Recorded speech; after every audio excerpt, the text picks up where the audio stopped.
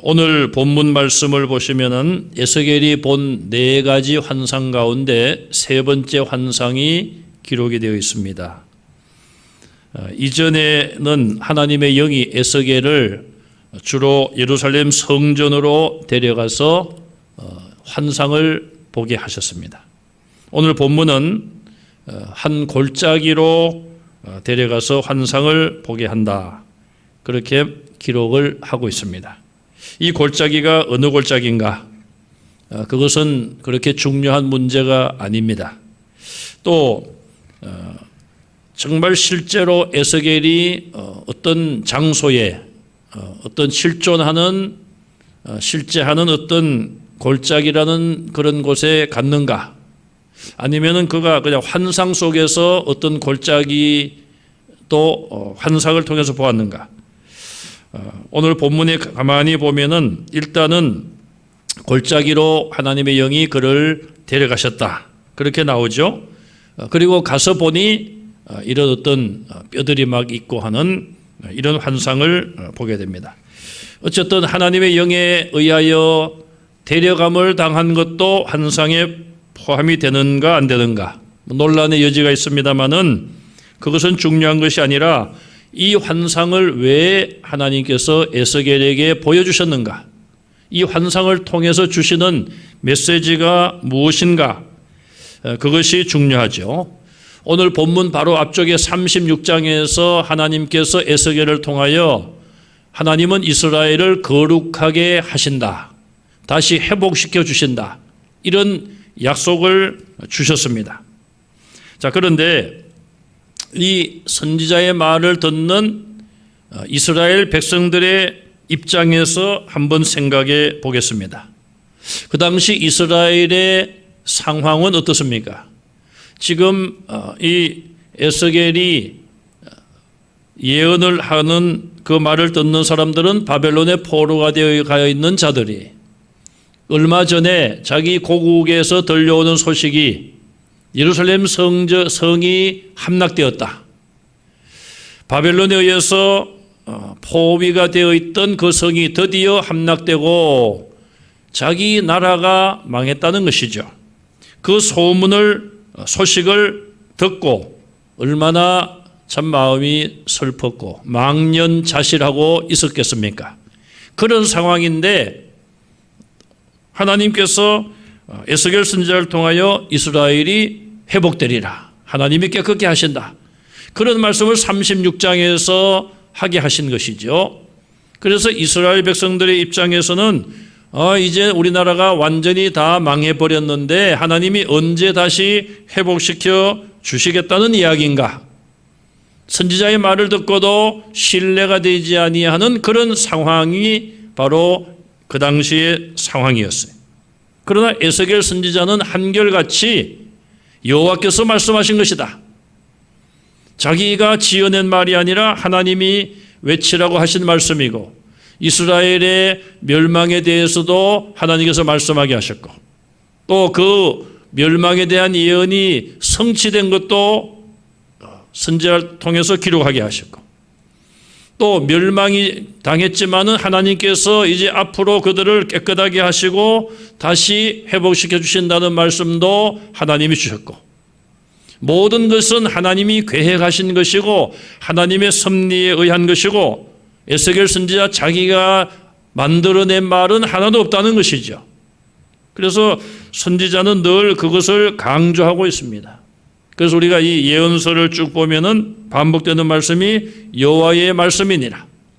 이거는 선지자들이 그렇게 하는 경우도 있겠습니다만은 그것조차도 하나님께서 말씀을 듣는 자들에게 이것이 선지자의 말이 아니라 하나님의 말씀임을 강조하기 위하여 여호와의 말씀이니라. 그런 표현들이 굉장히 많이 반복되는 것을 볼 수가 있습니다. 오늘 본문을 크게 3부분으로 나누어 보면은 먼저 1절로 해서 3절까지는 마른 뼈의 환상입니다.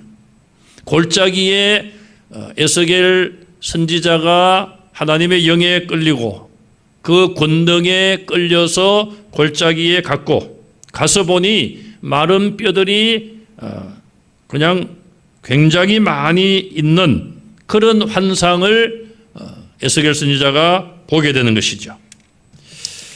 자, 그러면은 왜 하나님께서 이런 마른 뼈, 참 어떻게 보면은 굉장히 으시시하기도 하고요. 뼈, 여러분 뼈 하면은 뭐 글쎄요, 요즘같이 추울 때 갈비탕에 보면은 큰 이렇게 뼈가 막 들어있더라고요. 참 그런데 그런 갈비탕의 뼈가 아니라 사람의 뼈예요. 사람의 뼈 얼마나 으시시합니까? 캄보디아를 가보신 분들은 아마 꼭 거기는 가보셨을 거예요. 이렇게 관광 가이드가 안내해서 가서 보면은 참 이 관광한다고 보기에는 좀 어울리지 않죠? 왜냐하면은 줄을 쳐놓고 그 안에 이렇게 보면은 흙이 비가 오고 하면은 흙이 이렇게 씻겨가지고 뼈가 드러나 있는 데가 있어요. 결국은 그 안에 사람이 묻혔다는 거고 오래되어서 뼈가 있다는 거예요. 1970년대에 캄보디아의 정권을 잡은 사람이 그 지식층들을 다 죽였어요. 안경만 썼다 하면 다 죽는 거예요. 저는 그때 그곳에서 안 태어나기를 얼마나 다행인지 몰라요. 안경만 쓰면 무조건 죽여는 거예요. 안경 쓰면 공부 좀 하는 줄 알고, 사실 저는 중학교 1학년 때부터 안경을 썼는데요. 뭐 공부를 잘해서 안경을 썼기보다는 너무 일찍부터 만화책을 많이 봐가지고 눈을 좀 버려가지고 안경을 일찍 썼습니다. 일찍 썼는데 제가 고등학교 시험을 보는데 그 배구 특기자들이 같이 시험을 봤어요. 근데 이 친구들이 덩치가 뭐 얼마나 큰지요. 배구 선수니까. 뭐 특기자들이니까 그냥 시험 못 봐도 합격을 시켜줄 텐데 저한테 막 좀 협박 비슷하게 좀 보여달라고 제가 그때 안경을 썼었거든요. 그런데 참 그때 제가 중학교 3학년 때 몸이 아파가지고요. 5월 달부터 11월 달까지 학교를 못 갔어요. 그러다가 제가 다니는 중학교가 저희 밑에 2학년, 1학년이 없었어요. 우리가 졸업하면 이제 중학교는 없어지고 고등학교를 이렇게 더 크게 하려고 아예 문교부에서 정책적으로 했기 때문에 그래서 제가 2학년, 3학년 공부를 사실은 해야 되는데 법정인 수업 일수가 턱도 없이 모자라잖아요. 그런데 후배들이 올라오지를 않고 학교가 없어지니까 다른 학교로 전학을 가야 되는데 교감 선생님이 그냥 이런 특별한 사정이니까 졸업을 시켜줄 테니까 졸업하고 그냥 상주고등학교로 그냥 지원을 하라고. 그때마다 시험을 봤잖아요. 그런데 사실 안경만 썼지 공부는 하나도 안 하는 사람. 그래가지고 저도 잘 몰라가지고 막 그러고 있는데 덩치는 배구 선수들이 저한테 막 보여달라고 막 그런 적이 있었습니다. 어쨌든 캄보디아는 안경만 쓰고 있었으면 그 당시에 다 죽였는 거예요. 그러니 전국에 얼마나 많은 그 억울한 사람들이 죽임을 당하고 그 전국의 땅에 묻혀가지고 뭘 땅을 파고 건축만 하려고 하면은 유골이 나오는 거예요. 자, 참 이 뼈라는 것이 참 으시시하기도 하고요. 사람의 뼈. 6.25 전쟁 때 미군이나 외국 16개국에서 연합군을 만들어서 우리나라에 왔지 않습니까? 많은 사람이 죽었고 아직도 그 유골을 다 찾지 못한 그런 가운데 있어요. 자, 이 에스겔이 골짜기에 가서 본 것이 바로 그런 마른 뼈, 사람의 마른 뼈들이 많이 있는 거예요. 가득 차 있었다. 그렇게 말하고 있어요. 뼈로 가득 차 있는 그런 환상을 본 거예요. 이건 무엇을 의미할까요? 북쪽 이스라엘은 이미 BC 722년에 아수르에 의해서 나라가 망했습니다. 남쪽 유다마저도 BC 586년에 바벨론에 의해서 나라가 멸망했어요. 이제 남쪽 유다가 망한 지는 오래되지 않았습니다만은 어쨌든 약 140여 년에 걸쳐서 이스라엘 나라가 둘로 나눠져 있던 그 두 나라가 외국에 의해서 다 망한 거예요. 하나님께서는 선지자를 보내서 그들의 죄에 대하여 심판을 하시는데 세 가지로 그들을 심판하신다고 공통적으로 말씀하십니다. 첫째는 전쟁으로 인한 칼에 죽으리라. 전쟁이 일어나면은 뭐 남자들이 대부분 전쟁에 나가서 전쟁을 하는데 많이 죽지 않습니까? 희생을 많이 당해요. 또 뭐 여자나 뭐 그런 나이에 차별 없이 전쟁을 통하여 많은 생명들이 희생을 당합니다. 두 번째, 하나님께서는 기근을 통하여 심판하신다고 했어요. 자, 전쟁이 일어나게 되면은 적군이 도시를 포위해 버립니다. 그러면 그 성 안에 양식이 다 떨어져 버리면은 보급로가 차단되어서 굶어 죽는 거예요, 성 안에서. 그리고 세 번째는 전염병을 통해서 하나님께서 심판하십니다. 많은 사람이 죽습니다. 지난 봄인가요? 이탈리아에서, 유럽에서 코로나19로 인해서 많은 사람이 죽었어요. 너무너무 사람들이 많이 한꺼번에 죽으니까 장의사를 통해서 제대로 장례를 못하고 그냥 한꺼번에 시신들을 갖다 묻는 그런 참 불행한 일들이 있었음을 우리가 볼 수가 있었습니다. 자, 이렇게 그런 상황을 볼 때에 북쪽 이스라엘이 멸망했을 때나 남쪽 유다가 멸망했을 때도 마찬가지라 이 말이에요. 전쟁으로 인하여서 칼에 죽은 사람들이 얼마나 많았겠습니까?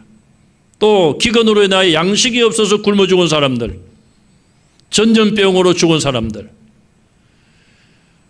그리고 남아있는 사람들 중에 또 많은 사람들, 똑똑한 사람들이 외국의 포로로 잡혀갔어요. 또 남아있는 사람들 중에 또 일부는 이웃 나라들로 이민을 가거나 도망을 쳤을 거예요.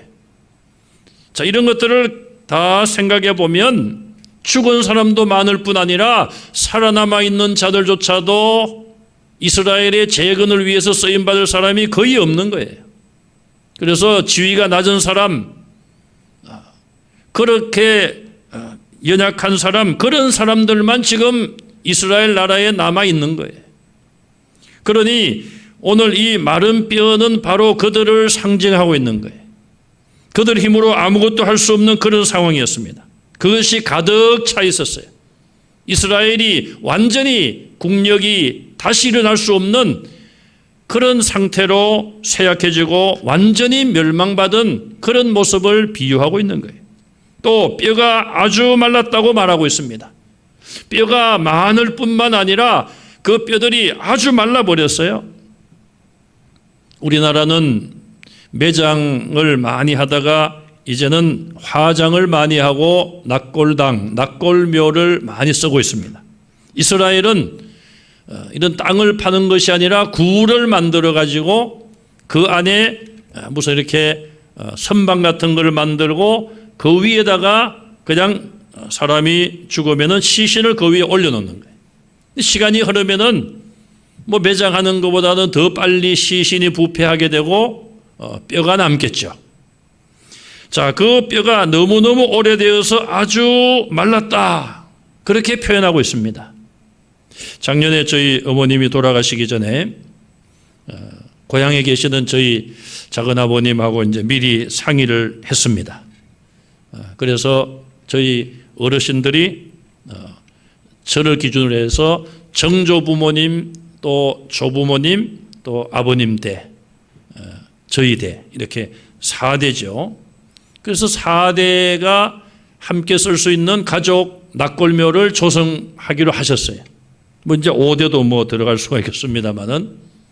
그래서 저희 어머님이 돌아가셨다고 연락을 하니까 이제 고향에서 어르신들이 그걸 준비를 하셨어요. 저를 기준으로 정조부모님 묘를 다 이제 다시 파묘를 해가지고 유골을 수습해서 뭐 수십 년 된 것이니까 거의 뭐 뼈도 별로 없지 않겠습니까? 그래도 이제 남은 뭐 좀 흔적이라든지 그런 걸 이제 수습을 해서 이제 묘로, 낙골묘로 그렇게 다시 안장을 했습니다. 자, 이 에스겔이 본 그 뼈들은 정말 너무너무 오래되어서 하얘진 거예요. 뭐 북쪽 이스라엘이 멸망한 걸로 따지면 140년 이상 된 거니까 얼마나 오래된 것입니까?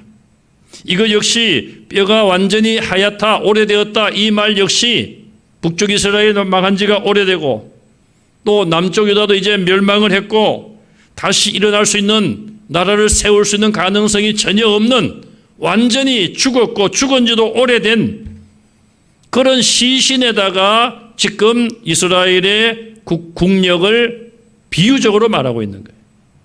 자, 그걸 보고 있을 때에 하나님의 음성이 에스겔에게 들려왔습니다. 인자야, 이 뼈들이 능히 살 수 있겠느냐?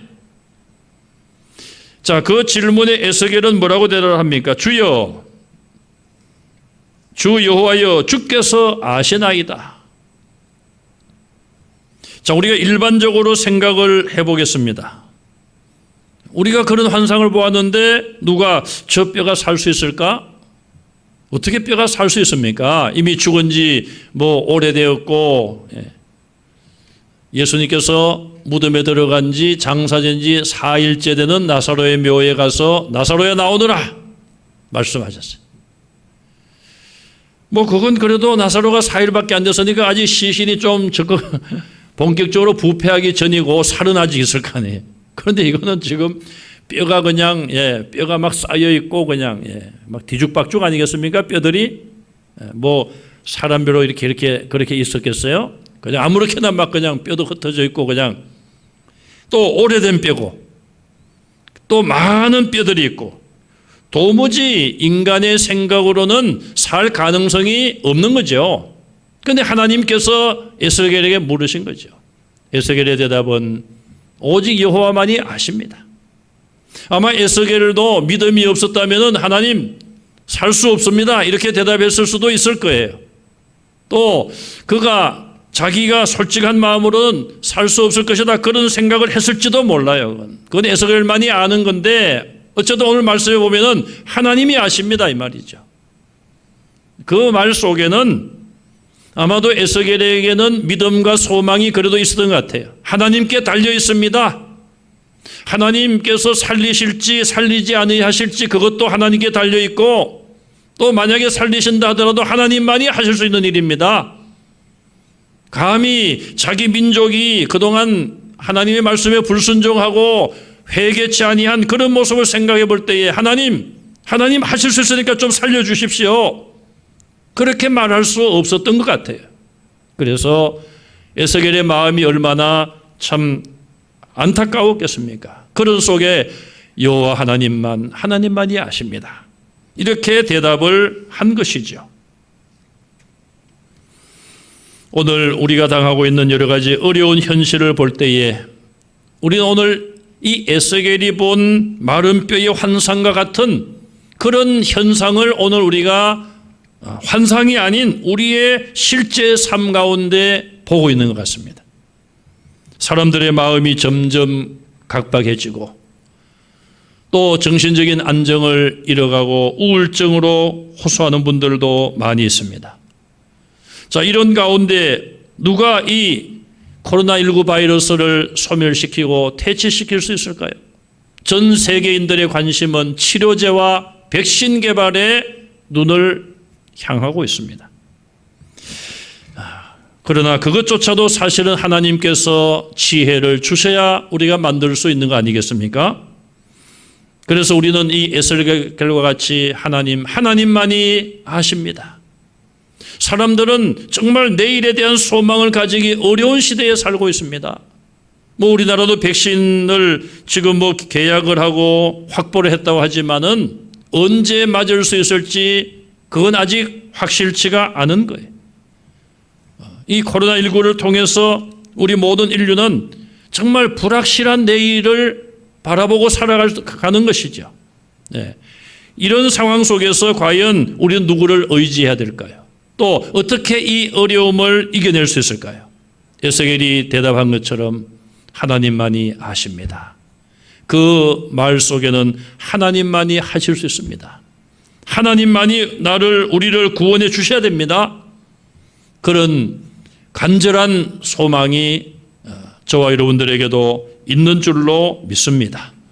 또 우리는 그런 믿음을 포기해서는 안 되고요. 한동안 뉴스에 보십시오. 물론 좀 잘못된 그런 이단이라든지 또 좀 우리가 생각이 다른 그런 사람들의 말 때문에 공격을 당한 면도 없지 않아 있지만은 한동안은 하나님만 믿으면은 코로나에 걸리지 않느냐 그런 공격도 우리가 받아온 것이 사실이에요. 제가 지난번에 한번 말씀을 드렸습니다마는 그건 아니죠. 하나님을 믿는 성도들도 코로나에 걸릴 수 있어요. 교회에서도 확진자들이 나오고 했지 않습니까? 그러나 우리의 믿음은 에스겔과 같이 하나님만이 아십니다. 하나님만이 하실 수 있습니다. 그 믿음에는 변함이 없어야 될 줄로 믿습니다. 두 번째로 4절에서 60절까지 보시면은 이 살아난 마른 뼈들에 대한 이야기가 나옵니다. 에스겔이 보았던 환상 속의 그 마른 뼈들이 살아나서 군대를 이루는 그런 환상을 이 에스겔이 보게 됩니다. 하나님께서 에스겔에게 다시 말씀하십니다. 4절 이하에 이 모든 뼈에 대하여 대언하라. 너는 나를 대신하여 이 마른 뼈들에게 명령하라는 것입니다. 첫 번째 명령은 무엇입니까? 너희 위에 힘줄을 두고 살을 입히고 가죽을 덮어라. 그렇게 명령하라고 말씀하셨어요. 에스겔은 하나님이 말씀하신 그대로 대언했습니다. 믿음으로 순종한 것이죠. 자, 이 하나님의 이 말씀, 에스겔이 대언한 명령한 이 순서를 보면은 사람이 죽어서 시신이 유골이 되는 과정하고 역순이 아니겠습니까? 일단 힘줄이 생겨야죠. 핏줄과 근육 같은 게 생기고 살로 이제 채워야 되고 그 위에 가죽을 덮으라. 완전히 반대 순서로 진행된 거예요. 자, 그렇게 명령했더니 놀라운 일이 벌어졌습니다. 뼈들이 그냥 소리를 뚜두둑 나더니만. 작년인가 재작년인가 우리 임마누엘 찬양대에서 그 찬양을 하면서 마치 뮤지컬처럼 이렇게 막대기에다가 사람 뼈 같은 걸 이렇게 만들어 가지고 이 에스겔 이 37장을 배경으로 한 그런 찬양을 한 것이 기억에 납니다. 자, 이 뼈들이 한번 생각을 해 보십시오. 오늘 밤에 주무시다가 또 꿈에 또 나타날 수도 있는데 참 재미있잖아요. 무서운 게 아니라 이 뼈들이 소리가 막 나는 거예요. 뚜둑 하면서. 왜? 자기 짝꿍을 찾아가는 거예요. 그래서 팔이 있고 다리가 있고 척추가 있고 위에 이제 머리뼈가 있고 있지 않겠습니까? 그렇다고 해서 남의 또 몸에 갖다 붙으면 안 되잖아요. 이 뼈들이 참 다 자기 자리를 찾아가 가지고 자기 짝꿍을 찾아 가지고 이렇게 뼈가 딱 연결된 거 아니에요. 그리고 그 위에다가 힘줄이 생기고 살이 생기고 가죽이 덮이고 참 희한한 관계가 아니겠어요? 자, 그러나 그렇게 해서 금방 죽은 것과 같은 시신처럼 된 거 아니겠습니까? 그렇게 되었지만은 생명력이 없는 거예요. 죽은 자와 마찬가지라고 말이에요. 그때 하나님께서 다시 말씀하십니다. 너는 생기에게 명령하여 생기가 거기 들어가게 하라. 그래서 에스겔은 그 말씀에 또 순종합니다. 사방의 모든 생기들에게 명령을 했어요. 생기야, 저 시신들에게 들어가라. 이렇게 명령했겠죠. 그러니 그 에스겔의 명령에 따라서 생기가 그 시신 같은 데 다 들어가니 큰 군대, 살아 움직이는 큰 군대가 되었다. 자, 그런 놀라운 환상을 에스겔이 보게 됩니다. 하나님의 말씀만이 하실 수 있는 일이고 또 에스겔이 하나님의 말씀에 순종해서 일어난 결과였습니다. 자, 마지막으로 11절부터 14절까지 환상에 대하여 하나님께서 해석을 해 주십니다. 자, 환상에 나오는 이 뼈들은 이스라엘 족속들이다. 그렇게 말씀하십니다. 그들은 지금 좌절과 절망 속에 빠져 있습니다. 외국에 나와 포로로 잡혀왔는데 조국 남쪽 유다마저도 멸망했다는 이야기를 듣고 그들은 완전한 절망 속에 빠졌습니다. 우리가 만약에 여기에서 풀려난다 할지라도 이제는 돌아갈 조국조차 없구나. 아마 그런 깊은 수렁, 깊은 절망에 빠졌을 거예요. 마치 뼈가 바짝 말라서 사람의 힘으로는 아무것도 할 수 없는 것과 같은 그런 상황. 바로 그 이스라엘을 마른 뼈에 하나님께서 비유하신 것이죠. 두 번째, 하나님께서 말씀하십니다. 내 백성들아, 내가 너희를 무덤을 열고 너희로 거기서 나오게 하고 이스라엘 땅으로 들어가게 하리라 그랬어요. 지금 이스라엘 백성들은, 죽은 자들은 물론 무덤에 들어갔든지 어쨌든 세상을 떠나고 없어요. 살아남아있는 자들도 사는 게 아니죠. 나라가 망했는데 살만한 그런 어떤 의욕이 있겠습니까? 그래서 그들은 지금 무덤 속에 들어가 있는 것으로 비유적으로 말씀하고 있어요.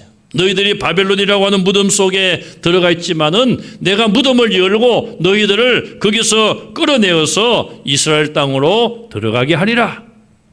소망에 넘치는 하나님의 약속의 말씀이 드디어 하나님께서 그들에게 약속의 말씀을 주셨습니다. 하나님의 구원의 역사만이 죽은 자를 살릴 수가 있는 것이고, 하나님의 생명의 역사만이 생명력을 일으키고 죽은 자들과 방불한 것과 같은 이스라엘 민족에게 소망을 주시는 것입니다. 하나님의 능력만이 인간의 힘으로 할 수 없는 그런 상황 속에 있는 이스라엘 백성들을 끌어내시고 이스라엘로 다시 들어가게 하시고, 또 우리가 그들이 귀국하여 예루살렘 성을 복구하고 성전을 다시 세운 그런 역사들을 우리가 에스라, 느헤미야 이런 걸 통해서 보면 알 수 있지 않습니까? 인간은 할 수 없지만은 하나님께서 하나님의 종들에게 능력을 주시고 그들에게 성령으로 함께 하심으로 그들이 하나님의 일을 이루어가게 하시는 것을 우리는 볼 수가 있는 것입니다. 그래서 하나님께서 14절에 하나님의 영을 이스라엘 속에 두시겠다고 예고하십니다. 인간의 힘이 아니라 하나님이 보내신 하나님의 영에 의하여 하나님의 일을 이루어 가신다는 약속입니다. 에스겔은 본문 1절에서 14절 이 말씀 속에 영이란 단어를 10번 정도 사용하고 있습니다. 영은 호흡, 생기, 바람, 하나님의 영, 그런 여러 가지 말로 사용되고 있습니다. 영의 역할을 보면은 에스겔을 데리고 간 것도 하나님의 영입니다. 또 하나님의 명령을 이행할 수 있는 능력을 행하신 분도 하나님의 영이십니다. 에스겔이 말 한마디 한다고 해서 이런 놀라운 역사가 일어날 수 없는 것이죠. 하나님의 말씀에 순종하여 그렇게 명령할 때에 그 명령을 이행하게 하는 것도 하나님의 영이 하는 일이라고 말이에요. 죽은 자에게 생명력을 주시는 것도 하나님의 영이 하는 일입니다. 구약에는 하나님의 영으로 나오지만 신약 성경에는 예수님께서 내가 아버지께로 가서 너희에게 보혜사 성령을 보내주리라고 약속했습니다. 그 약속은 오순절 성령의 강림으로 성취가 되었습니다. 오늘날도 예수 그리스도를 믿고 참으로 회개하고 거듭남을 체험하는 사람들은 이런 성령으로 세례받음을 체험하게 됩니다. 물 세례뿐 아니라 성령의 세례를 체험하게 되고 또 일평생 동안 성령님과 동행하게 되며 늘 성령을 사모할 때에 성령 충만한 삶을 살게 되는 것입니다. 오늘 우리의 심령은 어떠합니까? 물된 동산처럼 정말 꽃이 피고 잎이 청청하며 열매를 맺어가는 그런 우리의 심령입니까? 아니면 이 마른 뼈와 같이 우리의 심령이 메말라 있지는 않습니까? 오늘 우리나라의 상황을 보더라도 정치, 경제, 교육, 사회 모든 분야에 과연 꽃이 피고 있으며 열매를 거두고 있는가? 사람들에게, 국민들에게 소망은 있는가? 코로나 바이러스로 인하여서 좌절과 불안과 불신 속에 많은 사람들이 살아가고 있습니다. 또 이런 어려운 환경 속에서 극단적인 선택을 하는 안타까운 일들도 있습니다. 여러분 뉴스를 통해서 보신 것처럼 이 코로나 이런 사태 때문에 공무원들이 가서 자기가 책임지고 돌봐야 될 사람들이 있는데 뭐 혼자 사는 분들이겠죠. 주로 어려운 분들. 이게 가서 이제 비대면으로 하라고 이제 정책이 바뀌다 보니 전화로 하는 것이고 물건도 택배로 보내는 것이고 확인이 안 되다 보니 사람이 죽어도 며칠이 지나서야 그것이 밝혀지는 참 이런 안타까운 현실들이 있습니다. 또 외국에서 미국 같은 경우에도 폭동 비슷한 일들이 선거 전에 선거 기간 동안 나타났어요. 또 동남아 어느 나라 보니까 아이폰 회사에 일을 했는데 임금을 주지 않는다고 막 회사를 기물을 부수고 건물을 막 부수고 난리가 났습니다. 우리 현대인들의 마음이 이렇게 불안하고 초조하고 우울한 적이 지금까지 전쟁을 빼고는 거의 없었던 것 같습니다. 자, 이런 어려운 상황 속에 우리는 살아가고 있지만 오늘 이 에스겔이 본 환상을 통하여서 하나님, 여호와 하나님, 오직 하나님만이 아십니다. 하나님만이 이 모든 어려움에서 우리를 구원하실 수가 있습니다. 그 한 가지 에스겔의 대답을 우리 마음에 새기고 어떠한 어려움 속에서도 다시 한번 일어날 수 있는 힘을 하나님께서 우리에게 주실 줄로 믿습니다. 7절과 10절에 계속해서 에스겔은 하나님의 명령을 따라 그 명령대로 대응했다고 말씀하고 있어요.